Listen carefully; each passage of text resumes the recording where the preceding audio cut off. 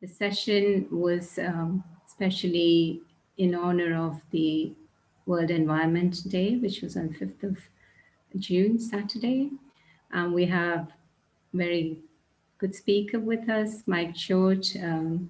Mike George, as many of you may know him, and for those of you don't know, you're in for a delight.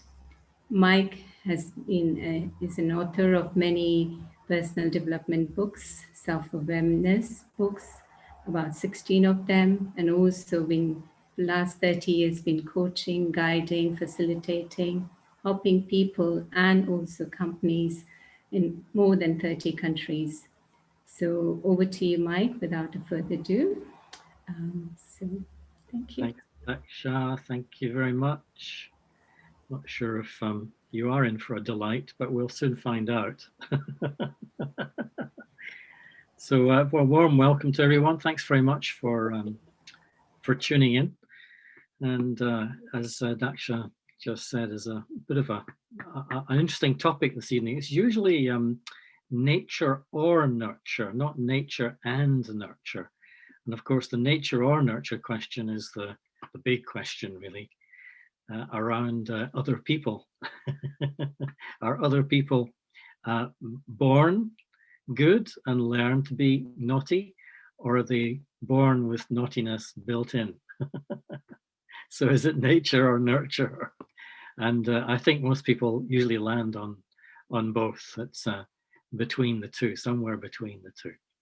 So tonight we're looking at the world, the environment, the natural world. And I guess this might be one of the first occasions I've deemed to speak a few words on this particular subject. So I'm not quite sure. I was invited to do this topic about 2 months ago, and I thought, yeah, why not? Let's see what words come out of my mouth. I'd like to see how I view the current situation vis-a-vis the environment, because it is taking up a lot of people's attention. And then, of course, how that connects to consciousness, our state of consciousness and the relationship between the two, which is kind of not easy to make, really, because they seem so far apart, such as two separate issues. So my purpose this evening really is to take you on a little journey. And I think I'm going to trigger as many questions as I actually answer. But my intention is to see this connection clearly between our state of being over time and what's happened to our environment, to our natural world over time. Because clearly what's happened to the environment over the past hundreds, maybe even thousands of years, is things have become cumulatively worse, if that's the right word, or more chaotic, I think is probably a more accurate way to say it. So I'm going to take you on this little journey and share with you a few ideas and a few connections and a few insights. And then you can let me know on the chat page if you have questions, or you have comments that may outrageously disagree with what I share. It's entirely up to you. But please feel free to use the chat page to put your questions up as we go. And then we'll have a little session at the end as we look at some of those questions. So let me share my screen with you and take you on this sojourn into the world of nature, the natural world around us. And so there's the title of our session. And so I don't know if you've noticed, but in the past sort of several hundred years, and maybe even thousands of years, there's been a creeping absence of nurture in nature. So just to set the context, to remind us of the challenges that we face, or how we might measure that absence of nurture, we look around the world today and we see incredible exploitation of nurture. Nothing new to most of us, I would imagine. But certainly there's some huge organizations and corporations and governments taking advantage of the resources which many people will say are there in abundance, and other people will say, quick, get them while you can and exploit them. And of course, that's created a lot of pollution over time, and that pollution now seeps into our lives in so many ways, in so many angles. And that's created climate change. We get 3 climates in one day, as you well know, sometimes more than 3 in one day. In some countries, several. The ice is melting faster than ever before, so we're told by the mainstream media. And of course, the trees in many countries and many parts of the world are, well, they're highly diseased by the pollution that they have to receive from the skies above them. So we're being told that there's too many aircraft in the sky because those aircraft are leaving tons of carbon dioxide and other pollutants, etc. And so one of the reasons why I think we have our current situation is to stop us from traveling so much. So some will say that, that we're being encouraged to stay at home and not get on aircraft and not zip around the world as we used to do. But that's another seminar, as they say. And then they say that the cows are adding to that pollution in the air with their nitrogen, basically. And so we're eating too much meat because there's too many cows, which takes up too much water. And so all of those connect up, and therefore we're taking our energy from the wrong places in the wrong ways. And the energy that we do have, the natural resources of the planet, are running out. We've reached peak oil, and we're not allowed to use gas anymore because that might pollute the atmosphere, and so on and so forth. And of course, there's the water. We're entering into what's called water wars now, where there's a great shortage of water in many continents. And what water there is left that is drinkable is fast becoming polluted, not just with other liquids, but with plastics, etc. And then, of course, finally, there is the air that we breathe, which used to be totally 100% free. But wait a minute, hold on a second. They're starting to charge even for the air that we breathe, because much of it is becoming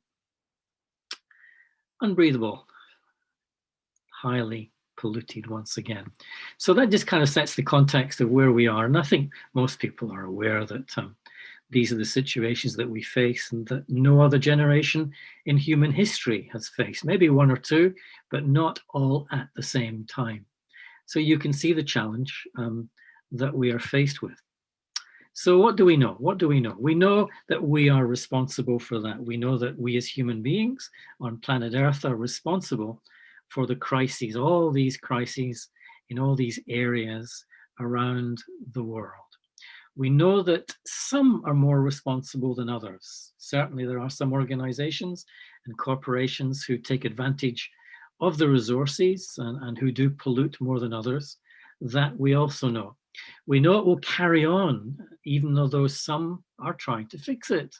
And so some governments are making new laws, they're clamping down. And so it doesn't matter really how many people protest. It seems that it's continuing to spiral out of control, to mention a well-worn cliche. We know that some situations are unfixable. I think unreversible is probably a more accurate word, is that we can't reverse some of those processes of degradation. They're past beyond the point of no return, as they say. And we also know, I think, the true underlying cause of it all. Yeah, there's one cause, and this is where we might become a little bit controversial. So pens at the ready, questions on the chat board, and challenges to come, I'm sure. The cause that all these scenarios, all these breakdowns, all these crises, all these degradations of the natural world is simple. It can be summed up in one word, and that word is violence. And it's pretty obvious that we become violent towards nature increasingly so over time, and that our violence is now coming home to roost. In other words, we've become non-caring, non-loving in our relationship to the natural world. We've become violent in that relationship. We're the violent partner, if you like. And the reason for that violence is trauma. Yeah, it's the trauma that's happened to us as a species, as human beings. It's the trauma that's happened to our consciousness. And I don't think it's a new idea that violence is what emerges from trauma, from traumatic experiences recorded in consciousness. Many a movie, many a TV soap or whatever acknowledges this as they write the script, as they write the story. Many a psychiatrist, psychologist will confirm that where a human being is traumatized in its past, that trauma will emerge in some way or other in the future as a form of violence. And for me, that's what's happened over a period of time, and it might be quite a long period of time, but it's gradually increased because more and more people have become more and more traumatized within their consciousness. So when I use the word trauma, I don't mean to the body. I mean, when we're wounded physically, that is a kind of trauma to the muscle or the skin or what's under the skin, etc. In fact, some doctors even talk about or use this term trauma, some trauma to the physical body itself. What I'm really talking about is the trauma experienced by consciousness. Yeah, and that's why it's quite important really to separate the physical from consciousness. Whether you use the word spirit, soul, psyche, or the I that says I am, doesn't really matter, but I'm going to use the word consciousness and treat this word as quite a separate description of an energy which is quite different from the physical form. So we know that violence has its root cause buried in the subconscious, and that's where the trauma is recorded, basically. And everyone's traumatic story is slightly different. There are some things in common, which I'll get to in a moment, but it's slightly different. And that's why we're all now, and I think I can quite safely say all, now violent or have been violent in some way or other. So that's because we have all been traumatized at some point or other in our journey. That means we all carry the memory of trauma or traumas within our consciousness. Deep trauma is the first kind that I just want to look at for a few moments, is caused by the events in our life which we have experienced. And we record these experiences and we record them in our consciousness. The very first one, of course, is being born. Is pretty traumatic for most human beings. And you can probably tell why, basically, because they come out screaming, crying, and the first thing that happens is someone slaps them on the backside. And so it's no surprise that the very first experience on arrival is traumatic. And what's not realized, of course, by the modern medical profession is that consciousness records this experience, this event, basically. But then gradually the child begins to learn that I'm a separate entity. I don't know if you ever watched a baby lying and googling and gurgling, is that they're really, it's a strange experience. They're looking at the world and one minute they're okay with it and they're very happy. The next minute they're kind of quizzically looking at it, wondering, why things are separate, objects are separate. And gradually they're learning that they are separated themselves. In other words, there's a loss of connection with the world. There's a loss of connection with those around them in the world. And so this is traumatic for consciousness, the separation of self from objects and people, and the realization I am separate. And then, of course, as they get a little bit older, they have to deal with unnatural energies, the energies of those big people around them. And if you ever study Enneagram, the Enneagram is the 9 different personalities. And this is the moment the personality takes shape based on the strategies that the child has to create when faced with the unnatural energies of the big people around them, parents, teachers, etc., etc. And so it's the strategies they create to defend themselves, to stop this unnatural energy getting through and affecting them, etc. And so this is how their personalities begin to take shape. And for some kids, more than others, it's much more traumatic than it can be for others. In other words, if they're surrounded by violent people or people who are occasionally violent, this is unnatural behavior. There's a violent presence that they're having to deal with. And so their defensiveness, or their way of dealing with it, will be a violation of their own nature as well. So these, very, very briefly, these kind of, this sums up from me anyway, the deep traumas that we are all carrying to some extent or other, some more than others. And it also explains why we all have different personalities, personas, because it's these very early experiences that shape them. But then what we do is we bury these traumatic experiences very deep in our subconscious, very deep. And we don't notice the connection between our violent behavior or violent thinking later in life and these traumatic experiences, which are buried within us.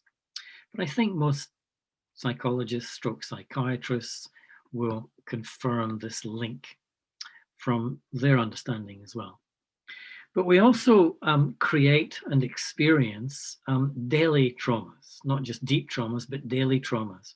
And these are based on the illusions that we pick up as we grow up, basically. Things that we believe are true. For example, we believe that pleasure is happiness. Now, when we believe pleasure is happiness, we're acting against the natural state of our consciousness. In other words, pleasure comes from outside in. It's something you take, you consume, you get, and something you can become addicted to. Whereas happiness, true happiness for a human being, as we all know, comes from inside out. It's a natural process. The deepest form of happiness is your own sense of contentment, your own sense of fulfillment. And so we're reversing the natural process of consciousness and its true purpose in life, which is to give of itself. We start consuming. And that, we don't notice it, but that's a bit traumatic over a period of time. The other illusion, or one other illusion, is that when we make our security based on material things, physical things, in other words, when we externalize our sense of security, our sense of safety, then what we do is we make our sense of security based on something which is totally unstable, can change at any minute, and in fact will lead to us creating feelings of insecurity.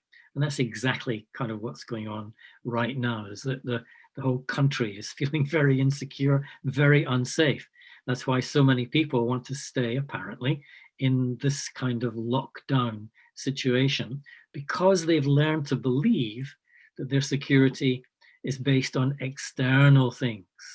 So they're traumatizing themselves with their own fear. They're creating fear. The third illusion is when we believe fear is love. Oh, I'm so worried about you, which means I'm fearful for you. It's because I care. I have to tell you, which is another way of saying because I love you. And so we're confusing fear with love or worry with care. So fear is worry and love is care. And the two cannot go together. So we are designed in our human consciousness to be loving beings, to be givers of love. But of course, what we do is we generate a lot of fear. And that's what stress is. It is fearful. And so we learn to believe it's good to be fearful. In other words, I worry about you so much. I worry about you because I care, because I love you. And so we've confused the two, and we are traumatizing ourselves. Other people are responsible for your feelings is a very common belief that we all grow up with, and that we all assimilate and live out as we blame and criticize and complain at others at what they're doing, under the illusion that they're responsible for what we think and feel. And that illusion, that belief, we keep repeating 100 times every day. And every time we repeat, we think out of that belief, we are traumatizing ourselves, because that belief is not true. The truth is, only one person is responsible for my thoughts and feelings, and that's moi, that's myself, that's each one of us. But of course, Hollywood and the entertainment industry, their only way to make money is to keep us believing that someone else is responsible. And so this is what makes us addictive to films and stories of revenge, to romantic comedies where people fall out and fall into and fall away and separate. And the drama is built around other people are responsible for how I feel. The sustained belief that what I am is what I see in the mirror. You wouldn't believe this is traumatic for human consciousness. But over time, every time you look in the mirror and you believe that what you see in the mirror is you, is that you are traumatizing yourself. You're acting against, you're believing against the truth of who you are. A little bit more about that later.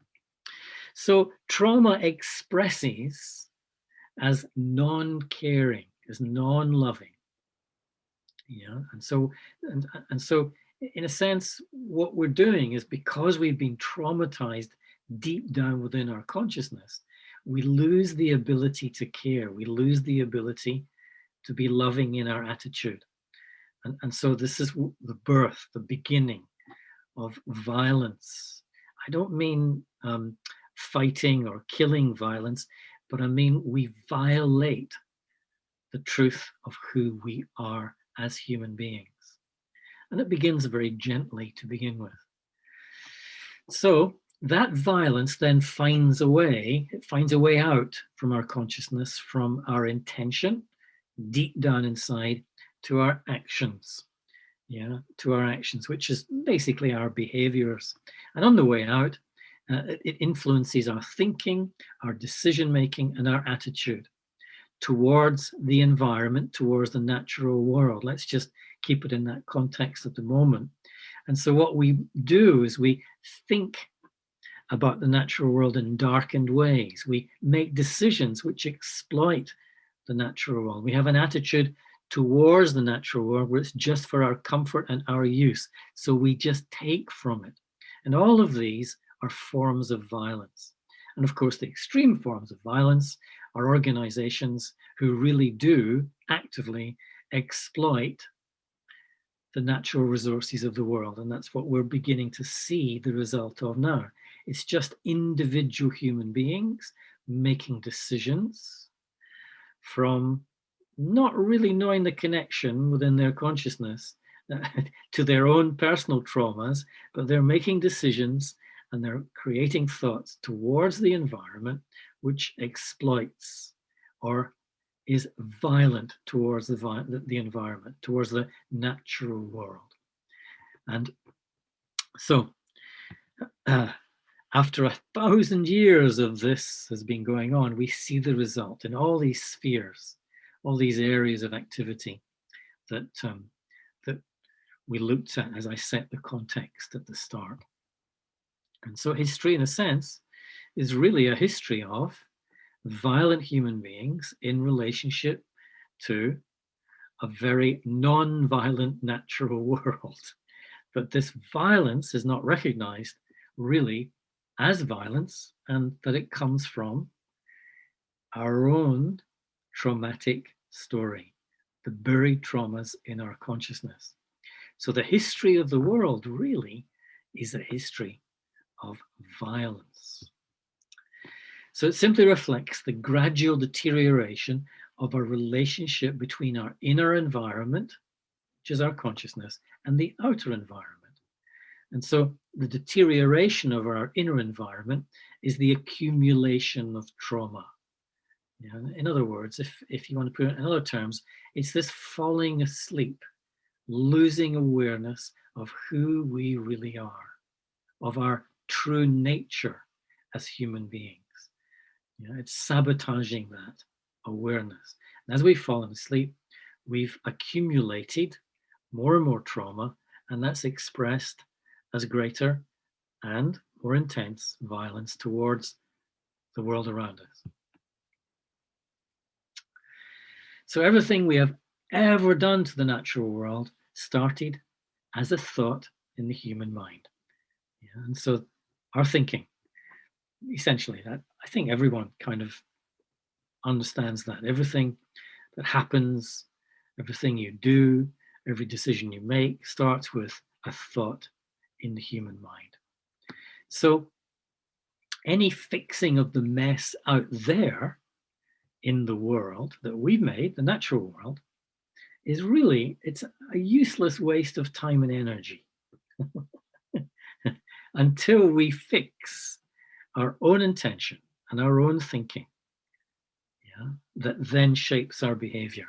We're kind of wasting our time and energy trying to fix the world until we fix ourselves. Otherwise, things just continue the way they are. And of course, that sounds like a simple insight, but it's not an insight that is generally acknowledged, especially by those who want to go on protest marches or who join protest groups or the anti-brigade, basically, the angry brigade about what we're doing to the world around us. Really what they're doing is they're trying to meet violence, violation of nature, with their own violence, their own expression of the violation of their nature. So it's just violence adding to violence. And that's not going to lead to a very happy, natural outcome. So, wait, hold on, horses. Oh, wait a minute. Hold on a second. It's not quite as simple as that, I hear you say. How can you say we're all violent? How can you say that? Well, maybe if I ask you, and you might not consider yourself to be a violent individual, maybe I ask you, although you might not have been violently physically, have you ever been violent mentally towards someone? Have you ever had violent thoughts? Have you ever criticized someone? Because when you criticize someone, that's a form of violence. You're on the attack, basically, or you're projecting your pain, your suffering at someone else because you still believe that what they did has upset you. You're still living that illusion. And the same with blaming someone. You're projecting your energy, your upsetness, your suffering onto them, form of violence. Or maybe you've become angry at someone. No, you never get angry. No, I know. You never do anger. Have you ever had an angry thought? Or maybe just a little resentful thought? This is a form of violence. You are violating your own natural state of being. Some call the original state of being. Have you ever created fear? To create fear is to distort the energy of your consciousness. The highest natural, most powerful energy is what we call love. It's this word love. We use this word to describe the natural state of being that we are all capable of living from. But then when we create fear, it's the same energy, but it's distorted. We distort it. We violate our own consciousness as we distort it. And so it comes out in behavior as violence towards the world, towards other people, towards situations. Have you ever said to yourself, that's mine, that belongs to me? In other words, and this is nothing new, whenever you believe that you own something, that something belongs to you, you're giving birth to attachment. And whenever you become attached to anything, you are violating the natural freedom to be who you really are. You're violating the truth of yourself the moment you become attached to anything. And if you make that attachment a habit in our life, if we make it a habit, as we all learn to do, then our violence becomes more intense, more frequent, towards more things, towards more people, more towards the world. And that's really what we're watching right now. We're watching individuals in places of tremendous power and authority being very violent, but being very clever, very manipulative with it. I'm not criticizing them, I'm just aware that's what's going on. So these are just a few of the many forms of mental violence where each of us violates the truth of who we really are. Yeah, and that's coming from the trauma that keeps us in a state of unawareness or ignorance from somewhere in the past. So what to do? You can't fix the world. Not possible. You can't clean up all the mess. Although many people will believe they can. You can't fix other people. You can't control other people. They're doing what they're doing. They're just getting on with their life, believing that what they're doing is okay. So you can't fix them if you don't like what they're doing. You can keep protesting. Yeah. I think we've already kind of looked at that. That's a form of violence in itself. It's the resistance to a form of resistance. And if you resist anything, it must persist because the resistance will be reciprocal most of the time. So we're trying to meet violence with our own violence. That's what protesting or resistance is all about. You can join an environmental group, continue to be united by a vision that separates the good from the bad. Actually, what we don't even realize is the moment you go good and bad, they're bad, you're actually generating even more violence. And that's because there's the judgment, they're bad. Yeah. And so I've forgotten to see that every human being, every human consciousness has at the core of that consciousness the seed of goodness. And I can't see it. I can't respond to it. Even though they can, I can't see it in them. That's because I've yet to see it in myself. And that's quite challenging. That's quite challenging. It's one of the reasons why we have so many groups, organizations, and gatherings of people who are in a state of resistance to what's going on in the world right now. So basically, we can only fix ourselves. And that's only possible when we eliminate from our own consciousness the causes of our personal violence. Yeah, that's the only thing we can do really, is to eliminate, is to free ourselves from our habits of violating our own consciousness in that sense. So that leads us to the question, how do I eliminate my personal propensity towards even more violence? Number one, accept what is at each and every moment. In other words, how you find life at each and every moment, without expanding into what might happen, what could happen, what has happened. But can I accept what is at each and every moment? Not easy. It's not easy. But then, if I'm not able to do that, I'm always agitating my own consciousness with my imagination of what might happen, of my imagination of what should happen or what shouldn't happen. I'm always agitating myself. And that agitation is a form of violence, which eventually must come out in my behavior, in my words and in my behavior. Realize who you really are.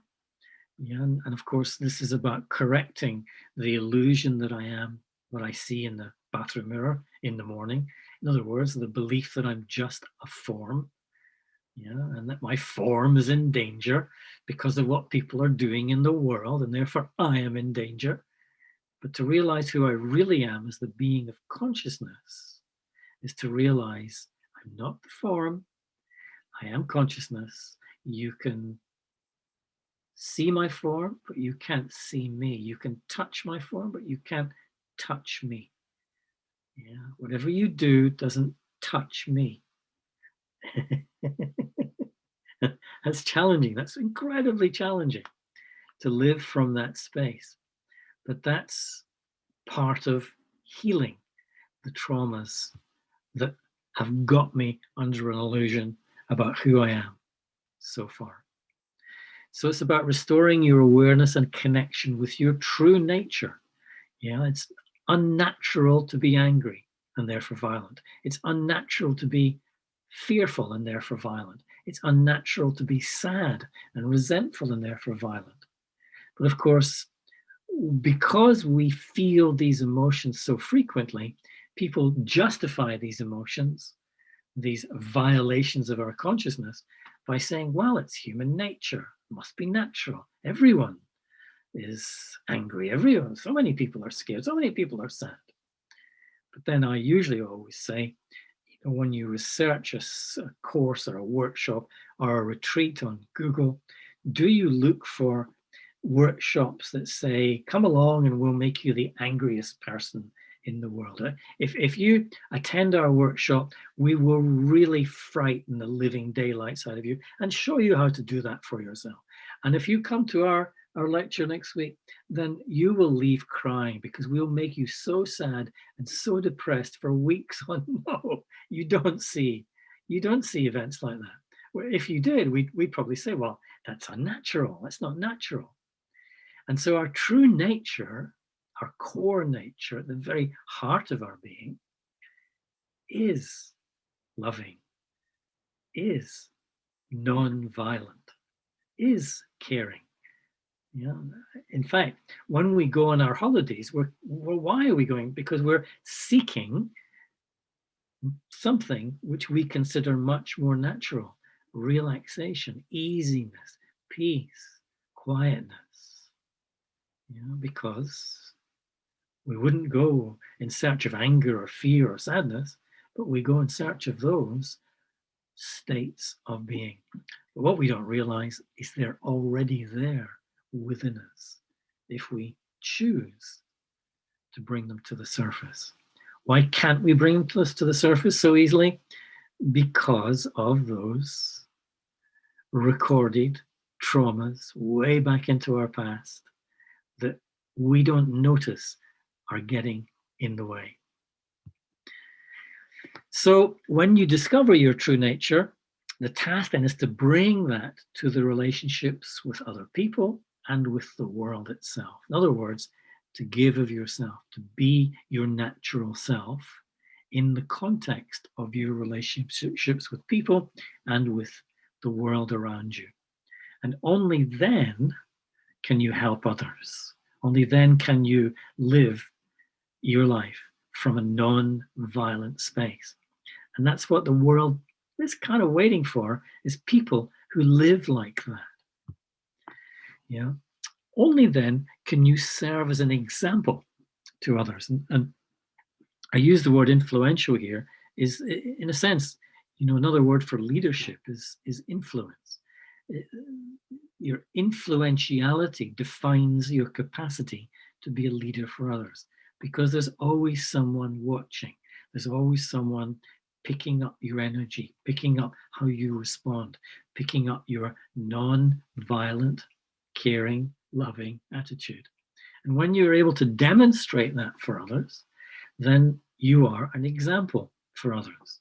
And then it's more likely you will then not control, not fix, not change others, but influence others to do the same. And for me, that's what the world is waiting for. That's what the world is saying. This is what we need now.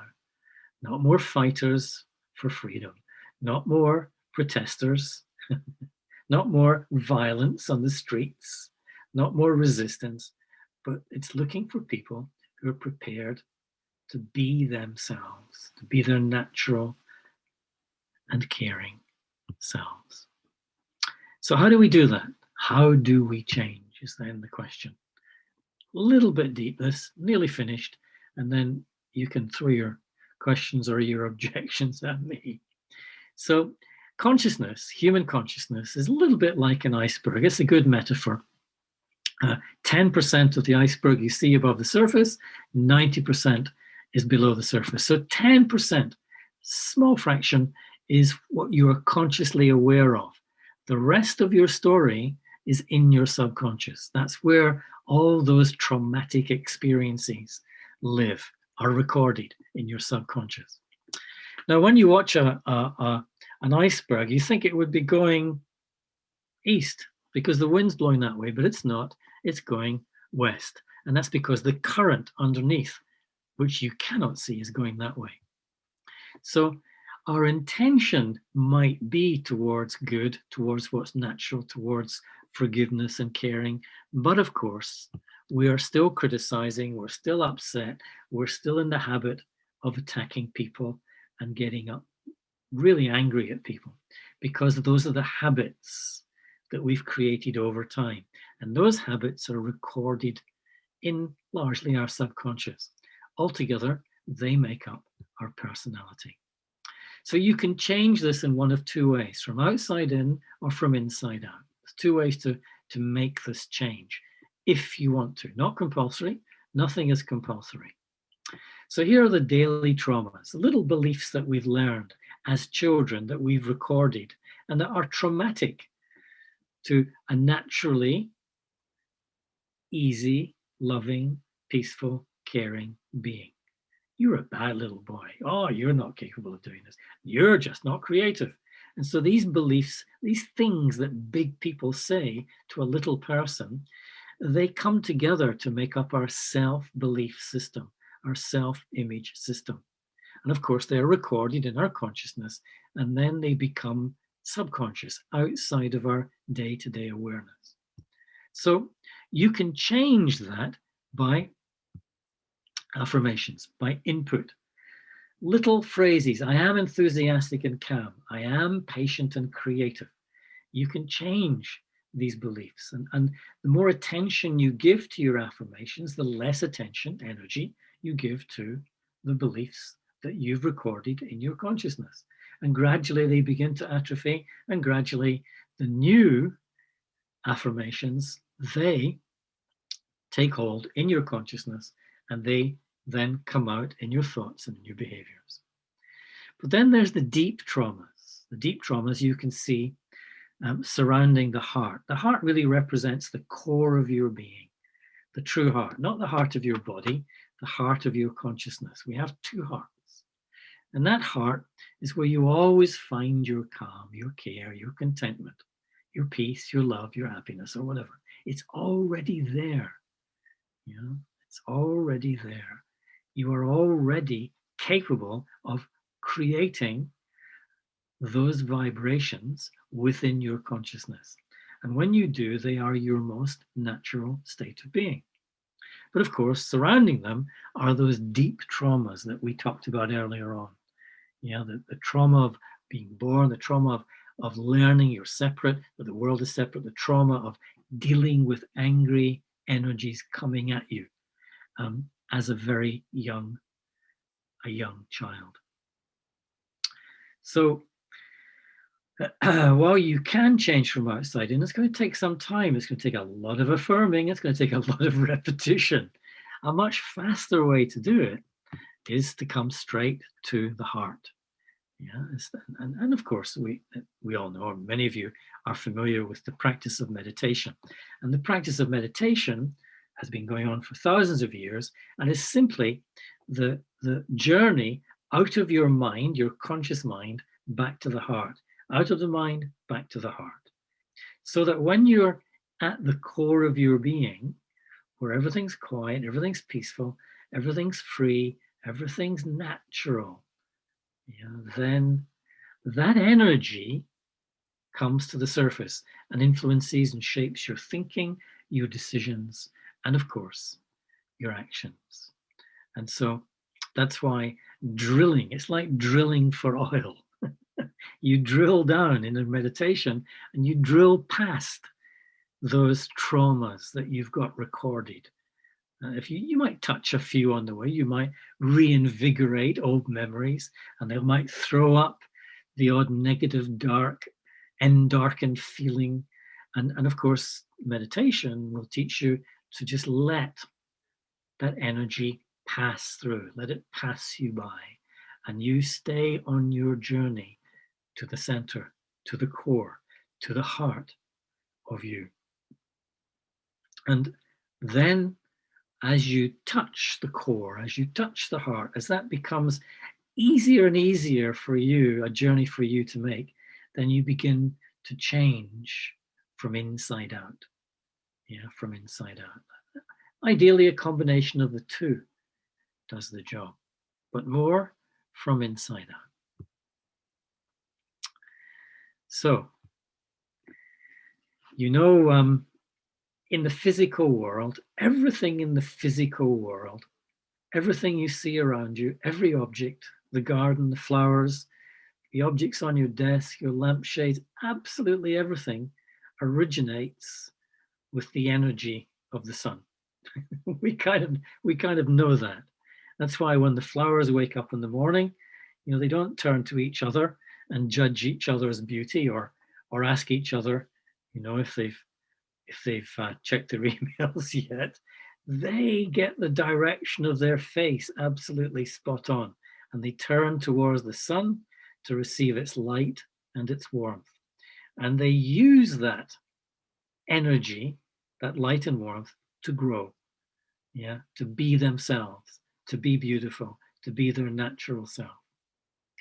But of course, you now know, well, you probably knew already, that you are not like a flower. Thank goodness. I can hear some of you say, you're not like a tree or a bush. Yeah, you have a physical body, which is made up of the same elements. But the operator and the occupier of the body is consciousness. And the energy of consciousness, which has got trauma and a lot of violent habits created within it, it can be restored not by the physical sun, but by the spiritual sun. And that's the challenge. And then it's not a question of the direction that you face, but what you give your attention to.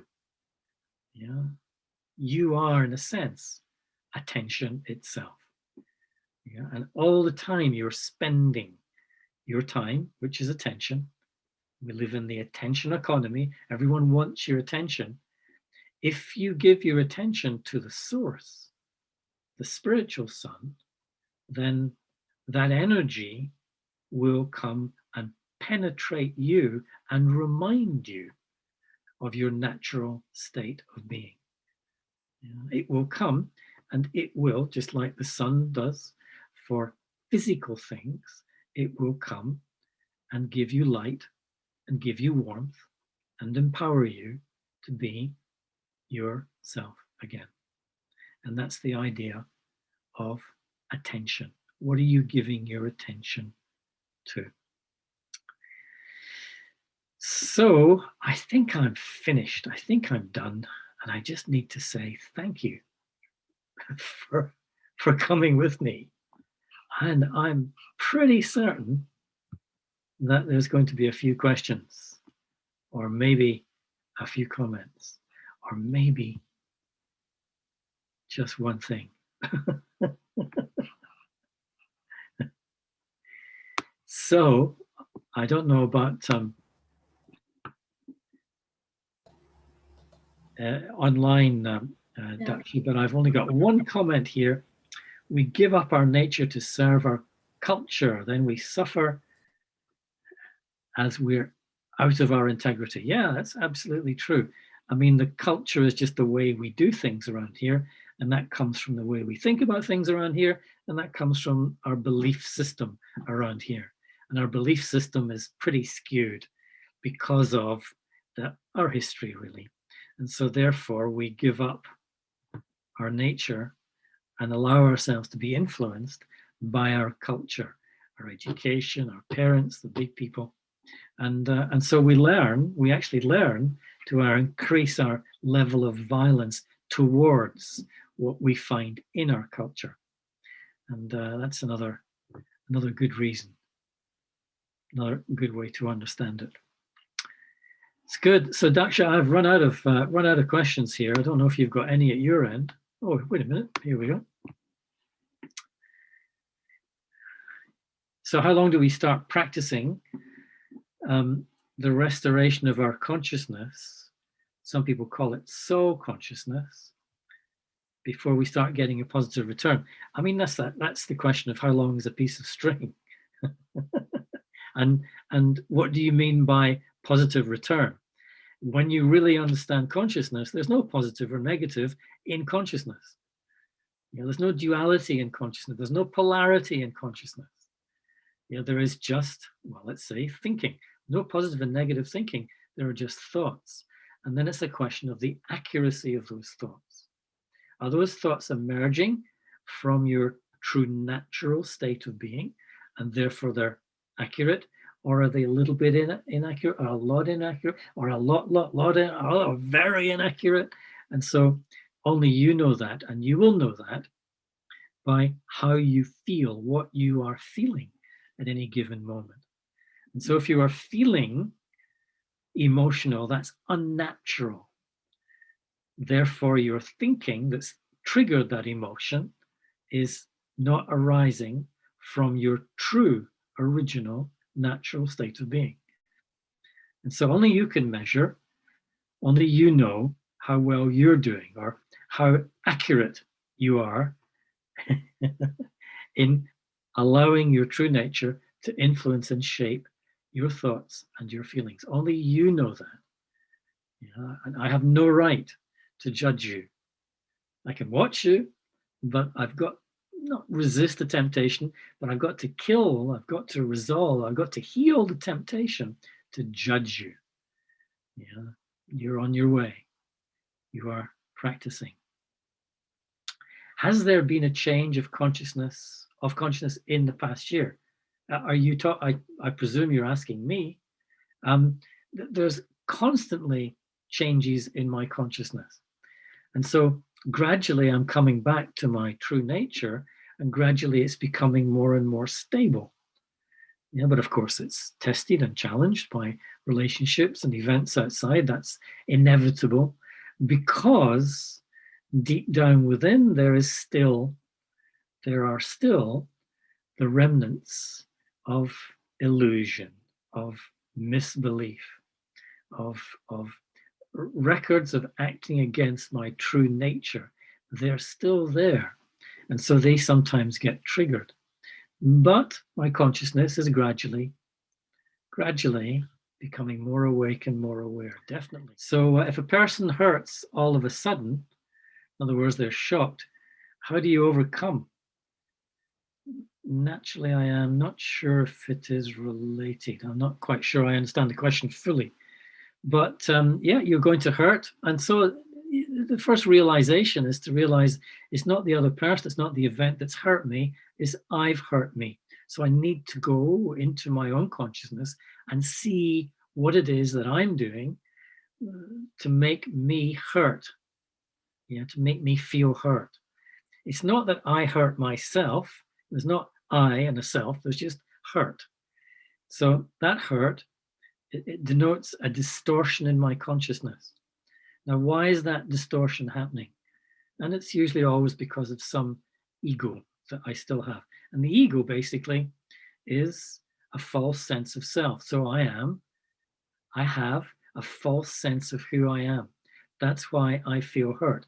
For example, my favorite example is the car. Someone scratches the car and I feel hurt. I feel angry. I feel hurt. You scratch my car. That means that in my consciousness, I am identified with the car. I believe I am the car. And so I am violating the truth of me. And the truth is I'm not a car, but I'm violating that truth by saying, I'm the car. You touch my car. You touch me. I'm taking it personally. I feel hurt. And so it's like, I believe that they hurting me because they're touching my car, but no, I'm hurting me. Yeah, I don't know if you can see that, but this is what I need to do. I need to become aware that it's never them. It's never that, never the situation. It's always me.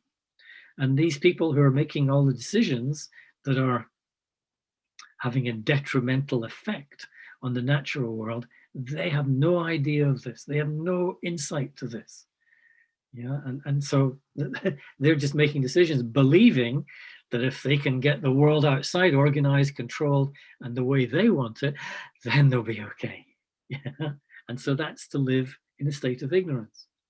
I don't mean ignorance in a detrimental term, but it's just, I mean, a state of not knowing truly who I am as a free being, independent of and not needing anything from the world around me to feel okay in myself. They've not realized that yet. And so they still continue to make decisions which they don't see as violent, but which are a violation of their consciousness about what they're doing in the world. You know, whether it's politicians or corporate directors or whatever, they're just making these decisions and they don't realize what they're doing.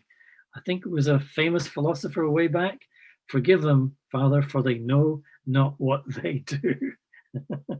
They're not aware. So this does work also to heal our inner traumas, gradually in combination with virtues, especially power to face them. Okay, that's not a question, that's just a comment. Even when you are doing what you say, but still do at times, depression is felt, why and what to do. You're registering depression. Some people say, I am depressed. And so that in that moment, it's like they're losing themselves and identifying themselves with their depression. It's just a habit to create it. And so once you recognize that depression is present, yeah, then you recognize there's me and there's the depression. Oh, there's depression here. It's not what I am. Yes, I feel it. I can touch it. I feel it. But let me come away. And so the coming away from the feeling of depression is called detached observation. It's just watching it. And if you watch anger, depression, sadness, fear, then if you're watching, that means you're separating yourself from it. You're not really, because it's all happening in your consciousness, but your awareness, you're becoming keenly aware of it. And if you keep coming away from it, it will die. It will subside. It will go away eventually. You might have to practice a little patience, but it will. All emotion dies under observation. Yeah, and when you're coming away from it, where are you coming to, in a sense? If there is a coming and going in consciousness, there isn't really, but language allows me to describe it this way, is that you're coming back to the core of yourself, which is your power, your natural state of being, which is your peace, which is your care. It is your true awareness, your true nature. You're coming back to that. Yeah, and so the emotion will die. You can't stay emotional. It's not possible, really. And depression, sadness, and so on, they are emotional forms of emotion, basically. That's why some practice of meditation is kind of necessary to begin with, at least. And then you'll begin to become aware, more aware of what's going on within your consciousness. So you won't need to sit and say, oh no, what's going on in here? So much, up to you. But you'll begin to notice, because you're aware, there's a depression here, I'm feeling a bit depressed, let it go. And so you might still be washing the dishes at the time, but because you're aware, you're more aware now, then it will go. Now, just let me finish by saying that generally that's okay. But if you really want to heal those deep traumatic wounds that go way back, yeah, then I need to sit. I need to sit. And, on the cushion, sometimes it's called. I need to find my cushion and I need to give my attention to the source. And the source is just reminding me that I am naturally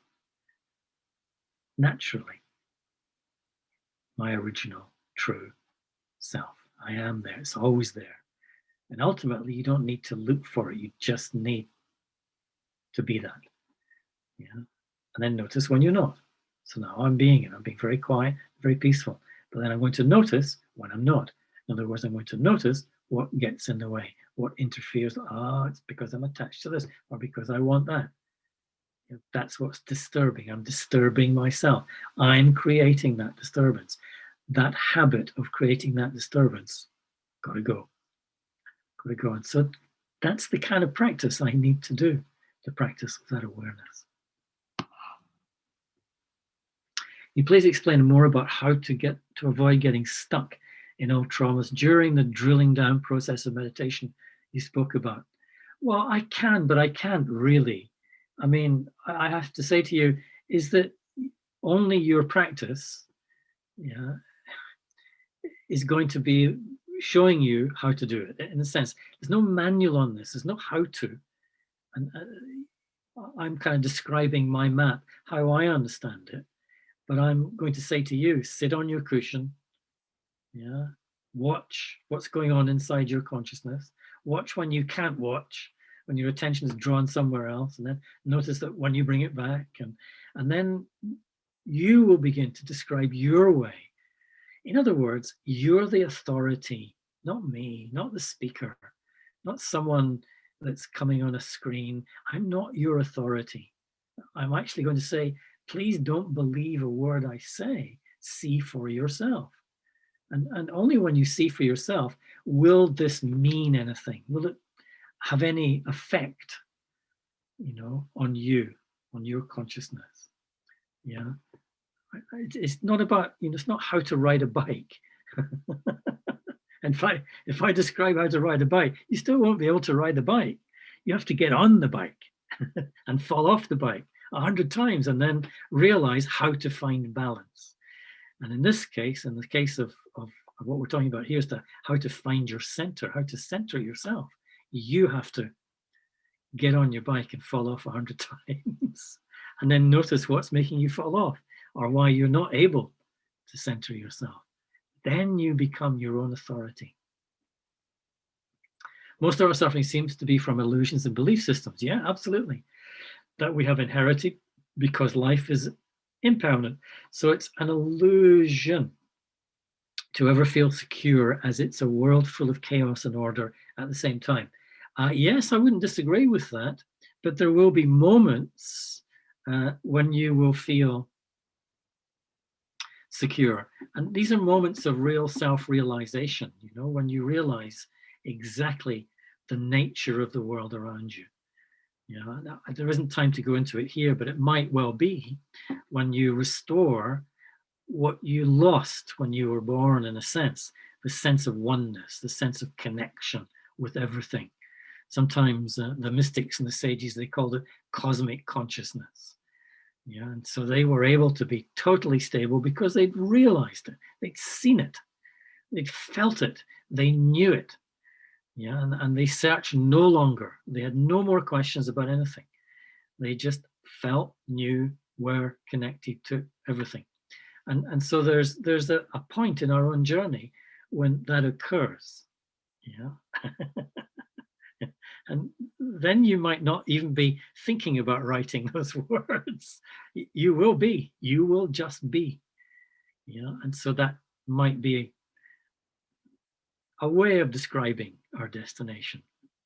Just be, and yet acting in the world. So we arrive at the point where words are not sufficient, really. If they have no idea, what chances do we have to repair nature?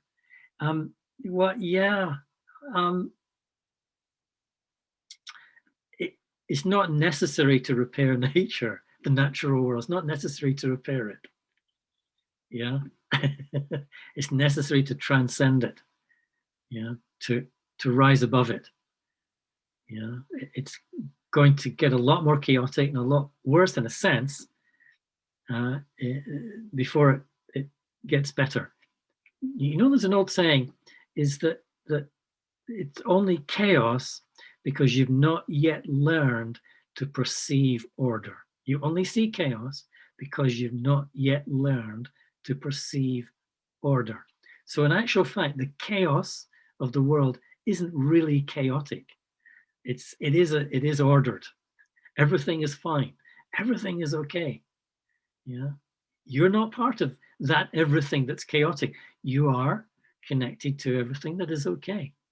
It's part of the journey. It's part of the process.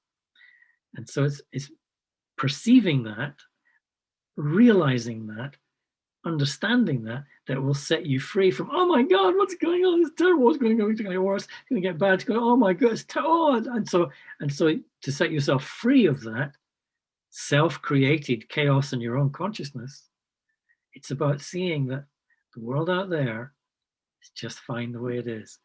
Everything's fine. I would recommend, and I really nearly brought it tonight, I forgot to bring it, was this idea, set of sayings, and I often mention it, is called desiderata. If you read desiderata quietly in a corner somewhere, dwell on it, contemplate it, you know, you'll begin to notice, yeah, how you what's the word, you align with it, you kind of, you capture its essence, and it harmonizes with you, you resonate with it, you resonate with the ideas, and basically the essence is whatever's happening is meant to be happening. Whatever everyone is doing is what they're meant to be doing. That's what I was saying, by accepting what is. Everything is the way it's meant to be at this moment. But if you're frightened about the physical world, it means you're still seeing yourself as a physical entity. And that is the illusion, basically. That's when you see someone torturing other human beings, how can you not hate them? Yeah, it's not easy, is it? It's not easy. Yeah.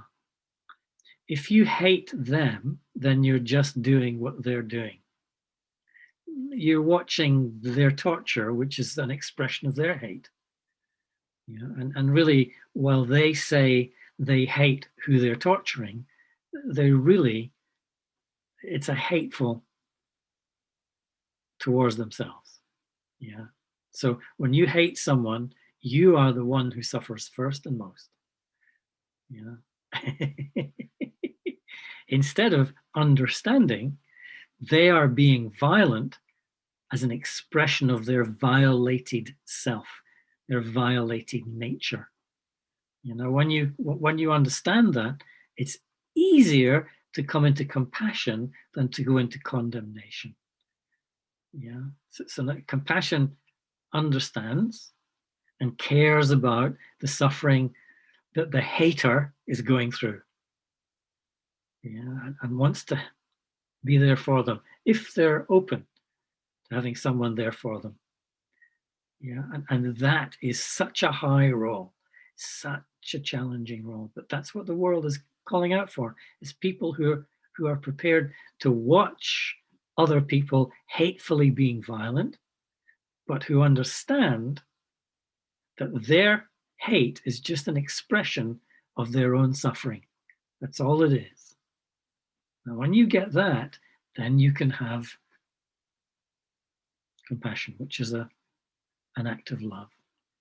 And then you restore love to the world. You restore compassion to the world. Not easy. Oh God, it's quite hard, especially if the guy who's commentating over the news item where people are just blatantly killing others is saying, this is terrible. It's so difficult and challenging to go, hold on a second. It's just their suffering expressed as violence towards them, and the other way around, and backwards and forwards and backwards and forwards, and it's gone on for thousands of years. So if you hate the hater, you're just perpetrating that process. Yeah. And so can you interrupt the inclination to, oh God, I hate them? Can you interrupt that habit and just, oh, now I understand. I know why.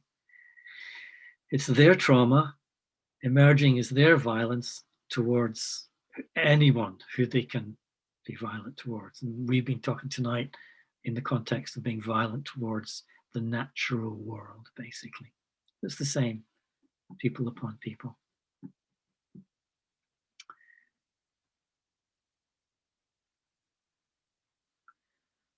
Yes, get that. So plenty of practice. I'm like keen to know what would you do to nurture your self-consciousness as a daily routine to provide us with some insight as well as some inspiration. Um, well, first of all, find a bunch of people that you can hang out with and talk to about these things. Talk about spiritual things, about deeper things, about things of consciousness. Find people, and I'm presuming. I mean, you said Om Shanti. I mean, this is a technical term, and I'm not. I don't want to do all that, because this is a public sphere, and so I think because you've said that word, you're already doing what's necessary to do. You're already in that context. Thank you. It's always so clear. Practice, practice. Yes, yes, yes, yes. I think that'll do. Actually, Daksha. I think we're okay. Thank you so much on behalf of everyone. I'm sure you'll agree with me that we enjoyed your wittiness. And through that wittiness, you brought such insights. And I don't think any of us listening to this talk would look at a mirror in the same way as Yeah. before. And I thoroughly enjoyed your connection between attachments, violence, and then learning to realize and freeing ourselves. And really, thank you, Mike, for accepting to do this topic that was so dear to us.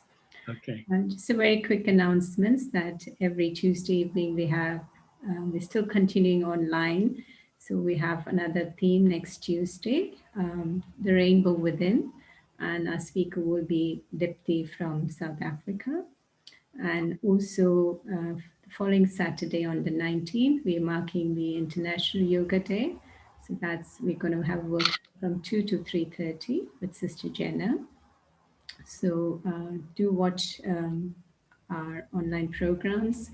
You can visit our website, and this talk will be posted on YouTube soon, so you can re-listen to it.